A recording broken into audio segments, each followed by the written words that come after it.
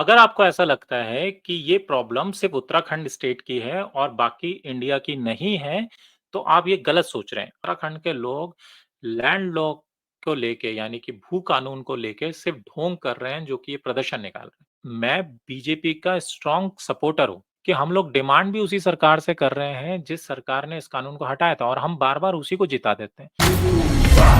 I can hear destiny calling, calling out my name. Failure and dreams both offering, but both offering change. Surrender offers rest, but I die for peace. नमस्कार, मैं सचिन कौशिक आप सबका एक बार फिर से स्वागत करता हूं द कौशिक शो में। दोस्तों, आज हम बात करने वाले हैं भू कानून की जो डिमांड लगातार उत्तराखंड में उठ रही है, यानी कि मेरे स्टेट में उठ रही है, उसके बारे में। तो चलिए शुरुआत करते हैं। अगर आपको ऐसा लगता है कि ये प्रॉब्लम सिर्फ उत्तराखंड स्टेट की है और बाकी इंडिया की नहीं है, तो आप ये गलत सोच रहे हैं। आप अगर उत्तराखंड से नहीं भी हैं और किसी और स्टेट से हैं और आप अगर इस वीडियो को देख रहे हैं, तो मेरी आपसे विनती है कि ये वीडियो पूरा देखिएगा, क्योंकि ये वीडियो आपसे भी जुड़ा हुआ है, आपके स्टेट से भी जुड़ा हुआ है और पूरे भारत से जुड़ा हुआ है। उत्तराखंड को समझने के लिए पहले हम इसके ज्योग्राफी को समझने की कोशिश करते हैं। देखिए, उत्तराखंड एक पहाड़ी क्षेत्र है जिसमें कुछ इलाके पहाड़ में आते हैं और कुछ इलाकों को उत्तराखंड सरकार प्लेन मानती है, जैसे कि देहरादून। और वहीं पे काफी एरिया पहाड़ क्षेत्र में आते हैं। काफी एरिया में जंगल हैं, कहीं पे नदियां हैं, तो कहीं पे सीढ़ीनुमा खेत हैं, जो कि छोटे छोटे खेत होते हैं। एक ऊपर होता है, थोड़ा नीचे होता है, फिर उसके नीचे होता है। ये सीढ़ीनुमा खेत होते हैं। जैसे कि आप यूपी और पंजाब में देखते होंगे, वहाँ पे एक एरिया में काफ़ी ज़्यादा ज़मीन होती है, तो वहाँ पे खेती करना थोड़ा आसान होता है, क्योंकि एक साथ बहुत ज़्यादा ज़मीन मिल जाती है। उत्तराखंड में उस तरीके की जलवायु या ज्योग्राफी नहीं है कि जिसमें आप एक साथ इतना बड़ा लैंड ले सकें और वहाँ पे आप खेती कर सकें। दूसरा, उत्तराखंड एक ऐसा स्टेट है जिसके बॉर्डर 2 कंट्री से लगते हैं। एक है चाइना और एक है नेपाल। ये दोनों कंट्रीज़ के बारे में मुझे बताने की ज़रूरत नहीं है, खासकर चाइना के बारे में मुझे आपको बताने की ज़रूरत नहीं है, वो हमारा काफ़ी सालों से दुश्मन रहा है और आए दिन हमें वो आँख दिखाता रहता है, जैसे कि हम लद्दाख में देखते ही रहते हैं कि आए दिन वो घुसपैठ करने की कोशिश करते हैं या अरुणाचल में कोशिश करते हैं। पर अभी तक आपने कभी नहीं सुना होगा कि वो उत्तराखंड में भी कोशिश करते हैं। पर हो क्या रहा है, जो लैंड लॉ की जो डिमांड कर रहा है उत्तराखंड, उसके वो ना होने की वजह से उत्तराखंड में कोई भी आके कितनी भी ज़मीन ले सकता है और अंधाधुंध की यहाँ पे ज़मीनें बिक रही हैं। मैंने जैसा आपको पहले ही बताया कि हमारे यहाँ पे जंगल भी हैं, नदियाँ भी हैं और सीढ़ीनुमा खेत भी हैं, जिसकी वजह से खेती करने की ज़मीन हमारे पास थोड़ी-सी कम है। हमारे ज़्यादातर एरिया में या तो अर्बनाइज़ेशन हो चुका है या फिर जंगल एरिया मौजूद है, जो कि लगातार खत्म होता जा रहा है और उसमें भी खनन चीज़ें और अर्बनाइज़ेशन चल रहा है, या फिर नदियाँ हमारे यहाँ पे प्रदेश में हैं। खेती की ज़मीन बहुत कम है। 2010 का जो सरकारी आंकड़ा है, क्योंकि उसके बाद का आंकड़ा मुझे मिल नहीं पाया, तो जो 2010 में जो आंकड़ा आया था 10-11 में, उसके हिसाब से खाली उत्तराखंड में 14% खेती करने योग्य ज़मीन रह गई थी, जो कि अब और भी घट गई होगी। मैं ये सब बातें आपको क्यों बता रहा हूँ? मैं ये सब बातें आपको इसलिए बता रहा हूँ कि जैसा मैंने आपको बताया कि यहाँ पे लैंड लॉ ना होने की वजह से लोग आके अंधाधुंध ज़मीनें खरीद रहे हैं। आप सोचिए इस बात को, ज़रा सोचिए इस ज़हन को कि एक ऐसा प्रदेश जिसकी सीमाएँ 2 देशों से लगती हैं और जिनमें से एक है चाइना, जो कि हमारा दुश्मन मुल्क है, और एक है नेपाल, जिसमें हम बॉर्डर को हमें इतना तवज्जो नहीं देते, इतनी चेकिंग नहीं होती है, इतना हमको वहाँ के लिए ज़्यादा फ़ॉर्मेलिटीज़ नहीं करनी पड़ती है। वहाँ पे लोग आके ज़मीन ले सकते हैं और अंधाधुंध ज़मीन ले सकते हैं और बाहर के लोग आके ज़मीन ले सकते हैं। तो वो कितना खतरनाक होगा हमारे देश के लिए भी। और जब मैं देश की बात करता हूँ, तो उसमें मैं आपकी भी बात कर रहा हूँ और मेरी भी बात कर रहा हूँ। तो कितना ये खतरनाक हो सकता है। अब बात करते हैं 2018 में गवर्नमेंट ने खुद ये कहा कि जो उत्तराखंड है उसे विशेष राज्य का अधिकार मौजूद है। ये उन्होंने लोकसभा में इन्फॉर्मेशन दी और इसके उन्होंने मूलतः 4 चीज़ें बताई। पहली चीज़ बताई कि ये पहाड़ी क्षेत्र है और ईज़ी ज्योग्राफी नहीं है। जैसे मैंने आपको ज्योग्राफी समझाने की कोशिश करी कि यहाँ पे हमारे पास कहीं पे नदियाँ हैं, कहीं पे पहाड़ है, तो कहीं पे समतल भूमि है, तो कहीं पे जंगल है और कहीं पे सीढ़ीनुमा खेत है। मतलब हम लोगों की जो ज्योग्राफी है, उत्तराखंड की जो ज्योग्राफी है, वो ईज़ी ज्योग्राफी नहीं है। मतलब आप उसको एक पैमाने पे नहीं तोल सकते। जैसे हम पंजाब को देखते हैं, वो प्लेन है, हम उसको प्लेन राज्य बोलते हैं, तो हम उसको देख सकते हैं, उसकी बाउंड्री हम देख सकते हैं ईज़िली। उत्तराखंड में वो चीज़ करना मुश्किल है। आप सुनते होंगे कि कश्मीर से लगातार जो टेररिस्ट हैं वो अंदर घुस जाते हैं। तो आप भी सोचते होंगे ना कि कैसे घुस जाते हैं? बॉर्डर में क्या हमारी फ़ोर्सेज़ नहीं खड़ी हैं? बिल्कुल खड़ी हैं। बट क्या है कि वहाँ की भी जो ज्योग्राफी है वो भी ईज़ी नहीं है, क्योंकि कश्मीर भी जैसे कुछ हद तक पहाड़ी क्षेत्र है, कहीं पे न नदियाँ हैं, तो कहीं पे जंगल है, वहाँ पे भी हर जगह सिक्योरिटी करना ईज़ी नहीं है। वही चीज़ उत्तराखंड में भी मौजूद है। पर उत्तराखंड में इन्फिल्ट्रेशन अभी तक इसलिए नहीं हो पाई है, क्योंकि अभी भी पहाड़ों में यहाँ के लोकल लोगों का वर्चस्व बहुत ज़्यादा है। दूसरा, हमारी गवर्नमेंट ने ये कारण दिया विशेष राज्य होने का, कि हमारे यहाँ पे लो पॉपुलेशन डेंसिटी है। देखिए, पहाड़ों में क्या होता है कि कुछ लोग यहाँ पे रहते हैं, कुछ समुदाय, कुछ समाज यहाँ पे रहता है, तो कुछ समुदाय कुछ किलोमीटर दूरी पे रहता है। यानी कि एक इलाके में इतना घनत्व नहीं होता। जैसे आप दिल्ली या मुंबई जैसे एरिया में, या फिर कुछ हद तक अब तो देहरादून में भी काफ़ी पॉपुलेशन बढ़ गई है। तो ये चीज़ें आप पहाड़ के क्षेत्रों में नहीं देख पाएँगे। प्रॉपर आप पहाड़ पे जब जाते हैं, तो ये चीज़ें नहीं होती हैं। तो ये भी एक उन्होंने कारण बताया। तीसरा उन्होंने कारण बताया कि ये बॉर्डर स्टेट है। जैसा कि मैंने आपको बताया कि हमारा जो स्टेट है, उसके जो बॉर्डर लगते हैं, वो 2 कंट्री से लगते हैं, एक चाइना और एक नेपाल से। चौथा, उन्होंने बताया कि इकोनॉमिकली इतना स्ट्रॉन्ग नहीं है। वो बिल्कुल सही बात है। देखिए, जो हमारे उत्तराखंड की हिस्ट्री रही है, या और अभी तक भी हमारे यहाँ के ज़्यादातर लोग प्रवासी हैं, यानी कि वो बाहर जाके काम करते हैं और वहाँ से जो अर्निंग होती है, उसका कुछ अमाउंट वो अपने प्रदेश में वापिस भेजते हैं, अपने पीछे परिवार के पास वापिस भेजते हैं, और उससे हमारे यहाँ की अर्थव्यवस्था चलती है। और यहाँ पे ज़्यादातर लोग फ़ौज में काम करते हैं, तो पेंशन काफ़ी हद तक हमारे स्टेट को ड्राइव भी करती है। यहाँ पे पेंशन के रूप में पेंशनर्स बहुत ज़्यादा होते हैं हमारे यहाँ पे, तो वो भी ड्राइव करता है। मूलतः हमारे यहाँ पे ज़्यादातर लोग जो हैं वो प्रवासी रहते हैं, वो बाहर काम। तो ये 4 कारण बताए, जिन हमारे देश में 11 ऐसे राज्य हैं जिनको विशेष अधिकार मिला है, उनमें से उत्तराखंड भी एक है, और हर राज्य को विशेष अधिकार मिलने के अलग-अलग पैमाने हैं। मूलतः उत्तराखंड के लिए ये 4 पैमाने उन्होंने बताए। अब मैं आपको बताना चाहूँगा कि उत्तराखंड ऐसा नहीं था कि आज़ादी से पहले या आज़ादी के बाद एकदम से आ गया था। उत्तराखंड सन 2000 में बना। पहले ये यूपी का पार्ट होता था, और सन 2000 में हमारे प्रदेश के काफ़ी लोगों ने संघर्ष किया, और इसे एक अलग राज्य बनाया गया। हमारी बोली अलग थी, हमारी वेशभूषा अलग थी, हमारा कल्चर अलग था। इस बेस पे गवर्नमेंट ने उस समय इसको एक अलग राज्य बनाया, और इसके लिए काफ़ी संघर्ष भी करा हमारे प्रदेश के लोगों ने। जब ये अलग राज्य बना, इसका नाम पड़ा उत्तरांचल, और कुछ समय बाद इसका नाम चेंज करके इसको उत्तराखंड कर दिया गया।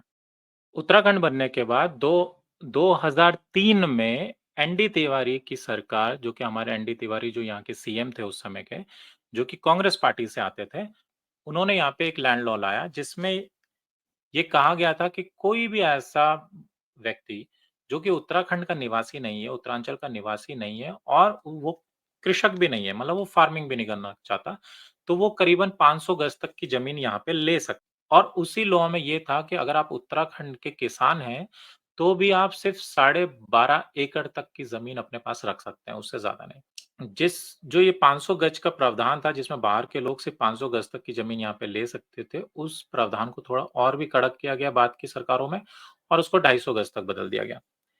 पर सन 2018 में त्रिवेंद्र सिंह रावत की सरकार आती है, वो सीएम बनते हैं, और वो बीजेपी पार्टी से होते हैं, और वो यहाँ पे आके इस लॉ को पूरी तरह से खत्म कर देते हैं इन्वेस्टमेंट के लिए। उनका ये मानना था कि इन्वेस्टमेंट इसलिए नहीं आ पा रही है, क्योंकि जो बाहर के लोग हैं, वो इस लॉ की वजह से यहाँ पे कारखाने नहीं लगा सकते, यहाँ पे ज़मीनें नहीं ले सकते, तो वो कारखाने नहीं लगा सकते।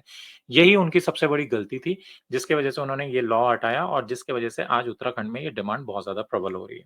अब तक मैंने आपको ये बताया कि उत्तराखंड की ज्योग्राफी किस तरह से काम करती है, उत्तराखंड का इतिहास क्या रहा है, और ये लॉ ना होने की वजह से उत्तराखंड में क्या-क्या इश्यू आ रहे हैं, जिसकी वजह से आपके लिए भी प्रॉब्लम बढ़ सकती है। अब मैं आपको ये बताना चाहता हूँ कि मैं ये क्यों मानता हूँ कि उत्तराखंड के लोग लैंड लॉ को लेके, यानी कि भू कानून को लेके सिर्फ ढोंग कर रहे हैं, जो कि ये प्रदर्शन निकाल रहे हैं। जैसा मैंने आपको बताया, 2017 में जो त्रिवेंद्र सिंह रावत जी थे, उन्होंने ये रिस्ट्रिक्शन हटा दी थी, जो कि 1950 का एक्ट, जो कि एनडी तिवारी जी हमारे यहाँ पे लाए थे, जिस उसमें इन्होंने रिस्ट्रिक्शन हटा दी कि साढ़े 12 एकड़ से आप ज़्यादा की ज़मीन ले सकते हैं। उन्होंने ये कानून ही एक तरह से हटा दिया था। ये बीजेपी की गवर्नमेंट थी, 2017 में ये गवर्नमेंट थी, उसके बाद इनको इनके पूरे सेशन के 5 साल के कार्यकाल के बीच में इनको हटा दिया गया, और धामी जी यहाँ के सीएम बने। उसके बाद दोबारा से चुनाव होते हैं। अब आप इस चीज़ को देखिए, 2022 में दोबारा से चुनाव होते हैं। उत्तराखंड के इलेक्शन का जो रिज़ल्ट आता है, उसमें बीजेपी काफ़ी ज़्यादा वोटों से जीत जाती है। करीबन 47 सीट उत्तराखंड में बीजेपी को मिलती हैं, और करीबन 19 सीटें कांग्रेस को मिलती है। कांग्रेस यहाँ पे हार जाती है, बीजेपी जीत जाती है, और दोबारा से बीजेपी की सरकार बनती है। मैं भी चाहता हूँ कि उत्तराखंड में भू कानून होना चाहिए, और ज़रूर होना चाहिए, इसकी सख्त ज़रूरत है उत्तराखंड को, बिल्कुल मैं भी चाहता हूँ। पर आपको ये भी समझना पड़ेगा कि उत्तराखंड के लोगों ने बीजेपी की सरकार को दोबारा चुन लिया। जिस सरकार ने लैंड लॉ को हटाया, उसको दोबारा चुन के उसी से डिमांड कर रहे हैं आज ये, कि वो दोबारा से लैंड लॉ लाए। और जिस सरकार ने लैंड लॉ असल में लाया था, जैसा मैंने आपको बताया था दोस्तों कि शुरुआत में जब उत्तराखंड बना था, तब उनका लैंड लॉ नहीं था, तो कांग्रेस की सरकार ने लैंड लॉ को इंट्रोड्यूस करा था हमारे प्रदेश में और बीजेपी गवर्नमेंट त्रिवेंद्र सिंह रावत जो कि बीजेपी के सीएम थे उस समय के, उन्होंने इस लॉ को हटाया था।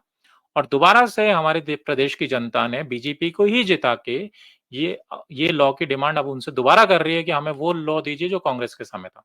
कि जिसने वो चीज़ें हटाई, वो पार्टी दोबारा से वही चीज़ें आपको क्यों देगी जब तक उसको अपनी स्वार्थ उसमें महसूस नहीं होगा। जब तक बीजेपी गवर्नमेंट को ये नहीं लगेगा कि इसको वापस लाने से उनका कुछ फ़ायदा है, वो ऐसा नहीं करेगी। और अगर आप ये मानते हैं कि इस लॉ की वजह से जो दूसरे प्रदेशों के धनी लोग हैं, वो हमारे प्रदेश में आके बहुत सी ज़मीनें ले रहे हैं, तो हम तो बीजेपी को हमेशा से हमारे देश के लोग यही कहते हैं कि ये इंडस्ट्री वालों की पार्टी है, ये सिर्फ़ इंडस्ट्री वालों को सपोर्ट करती है। मैं मानता हूँ कि हमारे प्रदेश में इस लॉ के ना होने की वजह से बहुत से नुकसान हो रहे हैं।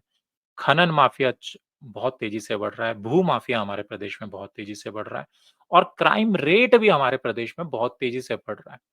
ये मैं मानता हूँ। आप अगर हिस्ट्री उठा के देखेंगे तो उत्तराखंड में इतना क्राइम रेट पहले नहीं था जितना आज की डेट में मौजूद है। उसमें कहीं न कहीं इस कानून का ना होना भी ज़िम्मेवार है।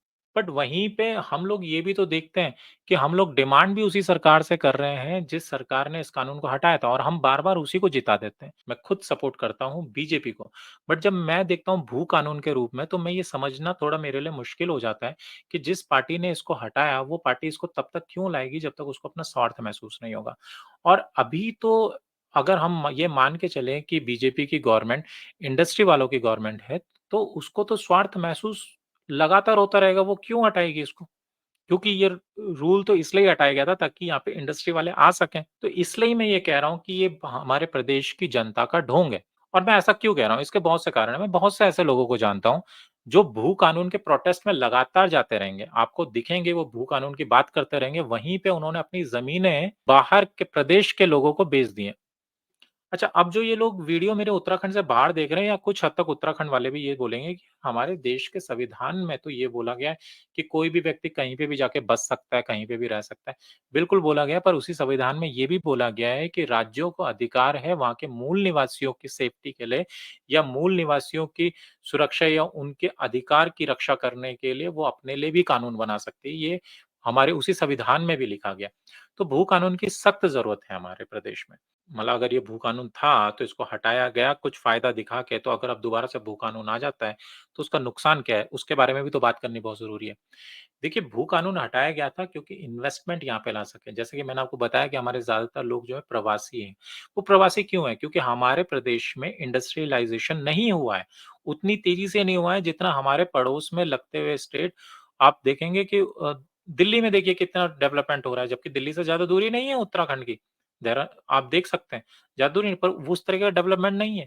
या फिर जो प्लेन एरियाज़ हैं हमारे प्रदेश के, उनमें डेवलपमेंट ज़्यादा है, पहाड़ी क्षेत्रों में डेवलपमेंट तो बिल्कुल ना के बराबर है, अभी भी काफ़ी समस्याएँ हैं वहाँ पे। आप देखिए स्वास्थ्य की समस्या है, एजुकेशन की समस्या है, बहुत सी समस्या मूलभूत सुविधाएँ वहाँ पे मौजूद नहीं है। ये कहना भी गलत नहीं है कि वहाँ पे ये सुविधाएँ भी नहीं मिलती हैं। अगर वहाँ पे कोई बीमार हो जाता है तो उसको बहुत दूर आना पड़ता है। ऐसी सुविधाएँ भी आज भी मौजूद नहीं है, आज़ादी के 70 साल बाद भी उत्तराखंड में मौजूद नहीं है पहाड़ी क्षेत्रों में।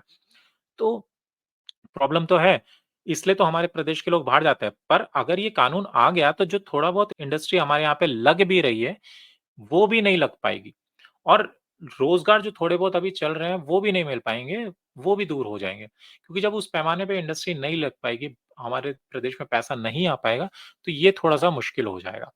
तो हो सकता है हमारा प्रदेश आर्थिक स्थिति से जूझे। अब अगर भू कानून के फ़ायदे भी हैं, तो भू कानून के नुकसान भी हैं, तो सॉल्यूशन क्या है? देखिए, आप अगर इस सरकार से ये सोच रहे हैं कि भू कानून ये कल के कल ले आएगी, तो ऐसा होना थोड़ा-सा मुश्किल है।